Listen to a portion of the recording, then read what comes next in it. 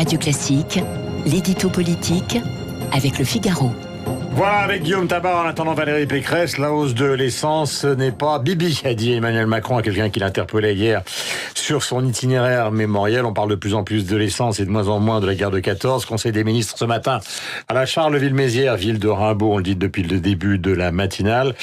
Commençons, avant de tester vos connaissances sur Rimbaud, mon cher Guillaume Tabar, par parler de ce contexte politique qui devient de plus en plus difficile pour le président de la République, car on cherche une solution. Les solutions sont multiples dans les journaux ce matin, mais ce qui se s'entrechoque au fond, c'est la situation réelle du prix de l'essence et cette volonté de faire baisser, ou plutôt d'augmenter le pouvoir d'achat des Français. Et oui, hier, Emmanuel Macron a esquissé quelques solutions pour répondre à cette crise sur le prix de l'essence, mais on peut se demander s'il n'a pas d'ores et déjà et par avance perdu la bataille de l'opinion, et je dirais pour trois raisons. La première, elle est peut-être injuste, mais elle est réelle, c'est que son affaiblissement général dans l'opinion, sa chute dans le sondage qui se poursuit, le rend tout simplement inaudible. Il y a un problème de crédit de sa parole. À la limite, il annoncerait aujourd'hui qu'il ferait un chèque de 1 000 € à chaque automobiliste qui ne serait pas forcément davantage cru. Ensuite, la deuxième raison, c'est que, on le sait bien, pour qu'une mesure soit audible et crédible, il faut qu'elle soit lisible.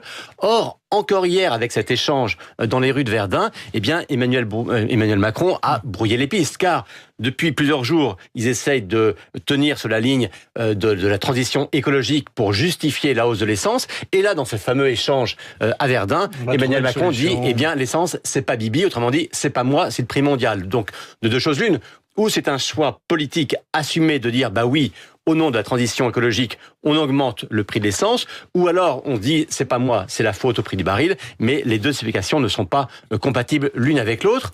Et enfin, troisième raison, c'est que dans les mesures qu'il a esquissées, notamment cette défiscalisation d'une prime que pourraient verser les régions, on a le sentiment que le président fait un peu du bonneteau, c'est-à-dire qu'il se sert d'une mesure qui a été testée, et encore de manière très limitée, très partielle dans une région, pour étendre le dispositif, en gros, en s'en remettant aux autres et pas à l'État, alors qu'il y a peut-être aussi du côté de l'État des pistes aménagements à pouvoir trouver. Ce qui est d'ailleurs chercher. la caractéristique, on va en terminer avec ça, Guillaume, ce matin dans les journaux, c'est qu'on voit qu'il y a des dizaines de pistes différentes qui sont d'ailleurs envisagées à la fois à Bercy, mais aussi dans l'opposition. Ça fait qu'on n'y comprend plus rien.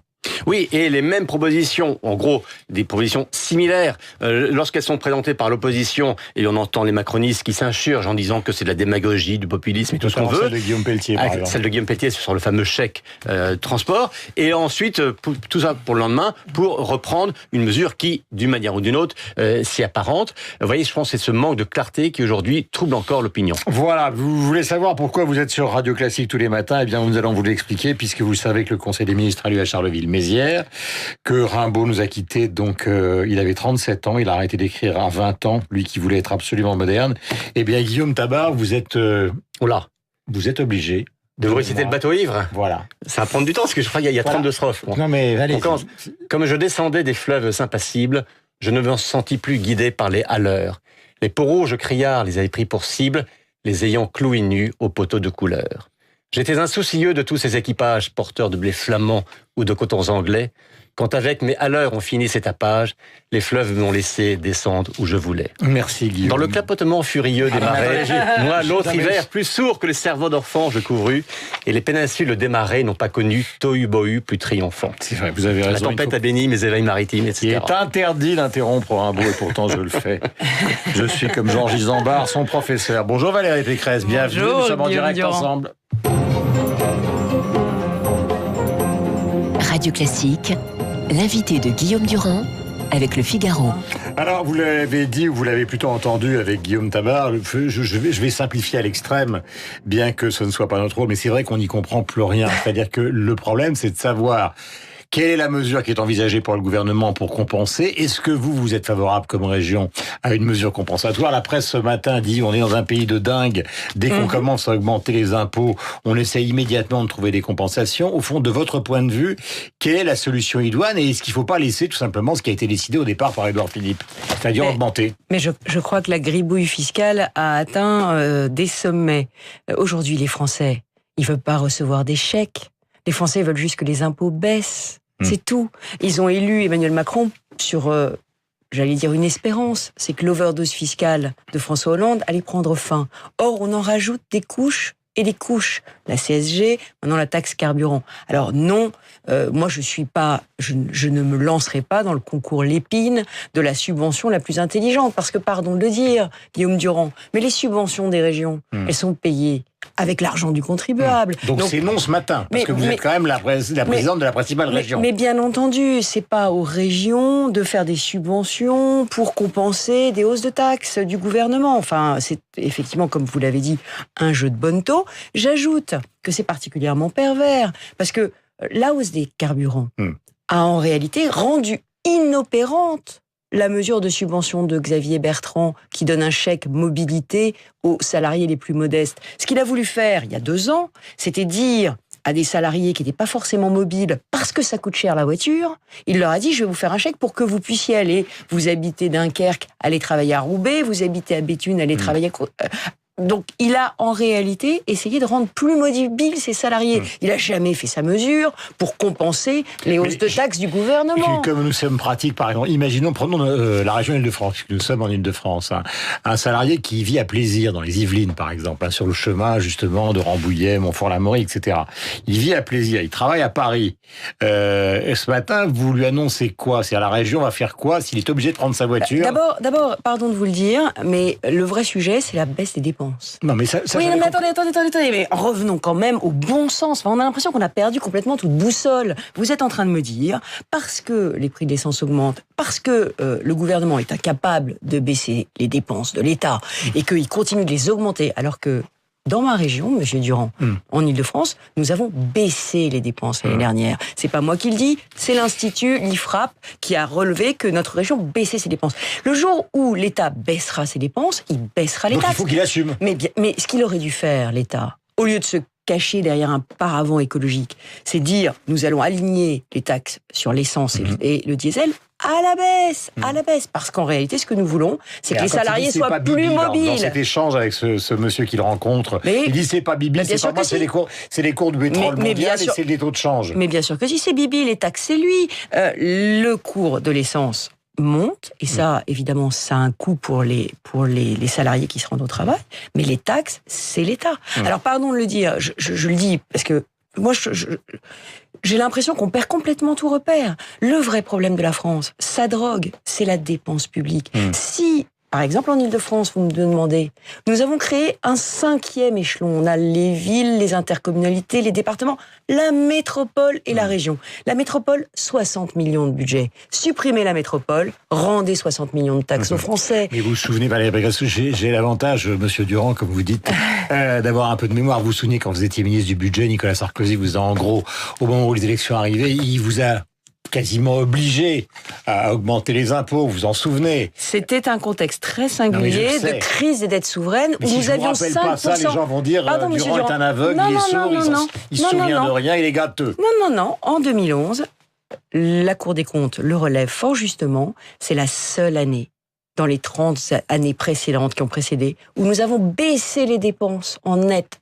J'étais ministre du budget, nous avons baissé les dépenses d'État. Aujourd'hui, on ne les baisse pas, on les augmente. Et ce sont vos amis. Tous les ans. Parce que qui est à la manœuvre dans cette affaire-là? C'est quand même le Premier ministre qui a défendu la taxe, un ancien des Républicains, tout le monde le connaît, Édouard Philippe, c'est donc Bruno Le Maire et c'est Gérald Darmanin.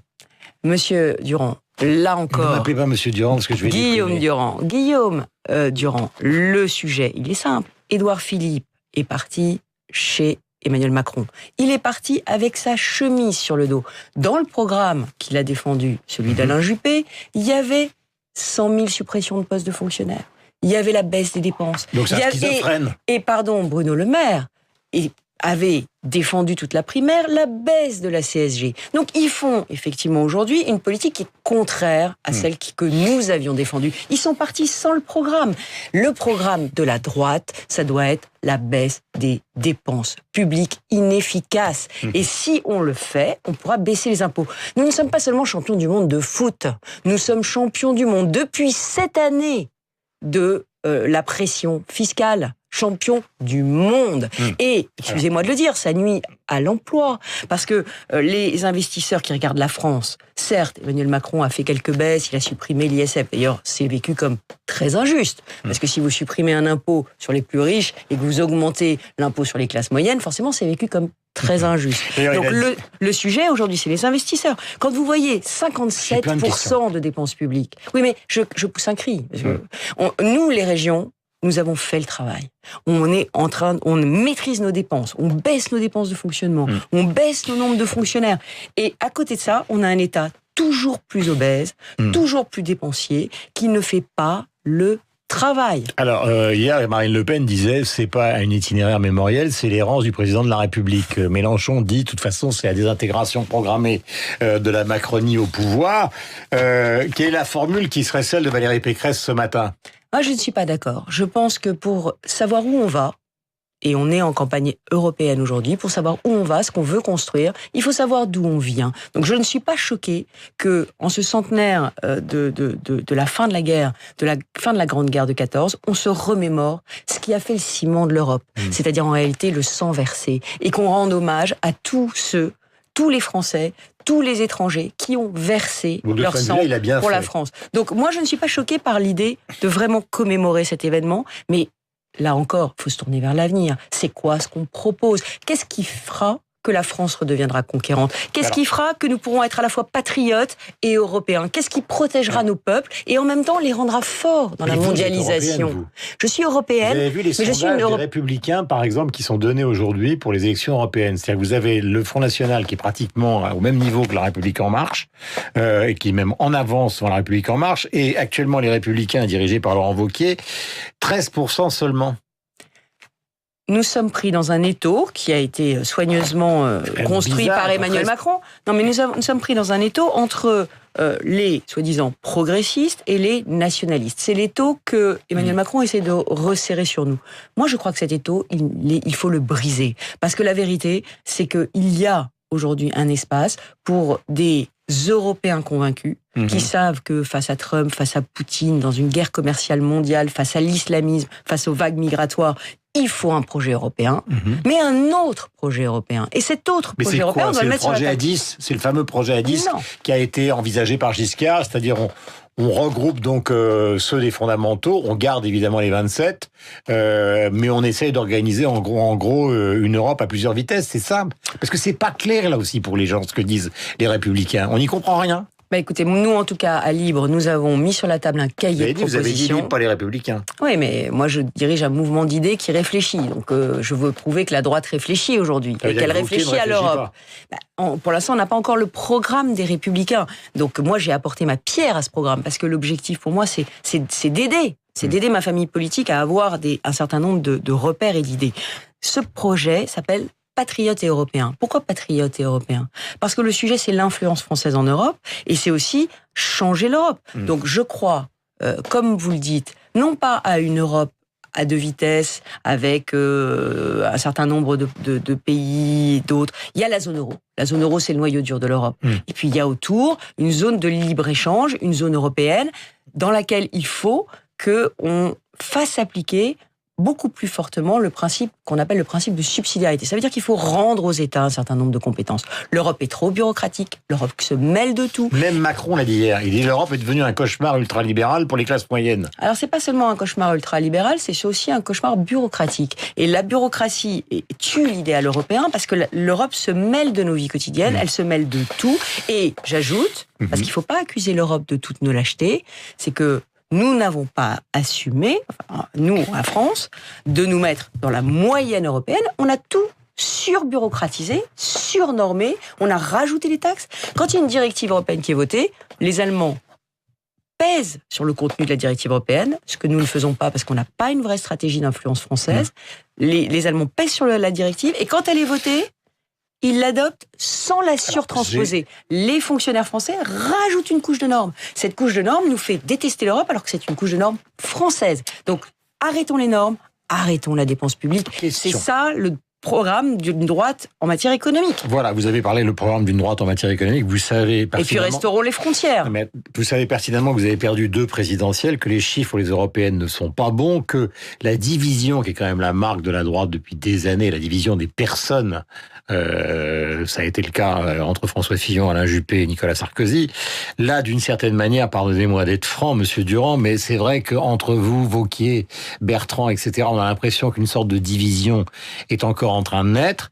Non mais il faut être clair là-dessus. Est-ce que vous avez tous l'arrière-pensée d'y aller, auquel cas vous êtes certain de perdre, ou est-ce qu'à un moment il va falloir, et suivant quelle organisation, puisque de toute façon Wauquiez ne veut pas entendre parler de primaire. D'abord, ne réécrivons pas l'histoire. Si il n'y avait pas eu de primaire, il y aurait eu 3 candidats à droite au présidentiel, donc on aurait perdu. Donc la primaire permet de sélectionner... Mais il n'en veut pas, Wauquiez. Permet de sélectionner une ligne politique et permet de sélectionner effectivement un candidat. Mais peu importe, ne parlons même pas des personnes. Le sujet, c'est la stratégie. Oui, c'est la stratégie. Est-ce que l'arrivée de Macron au pouvoir conduit inéluctablement les Républicains à courir après le Front National et à être monotème sur des sujets comme l'immigration et à devenir illibéral, parce que le sujet faire des chèques carburant, non, c'est pas forcément... pour l'instant, aujourd'hui, on n'a pas le projet des Républicains. Moi, je n'attaque pas les personnes, j'attaque la ligne politique.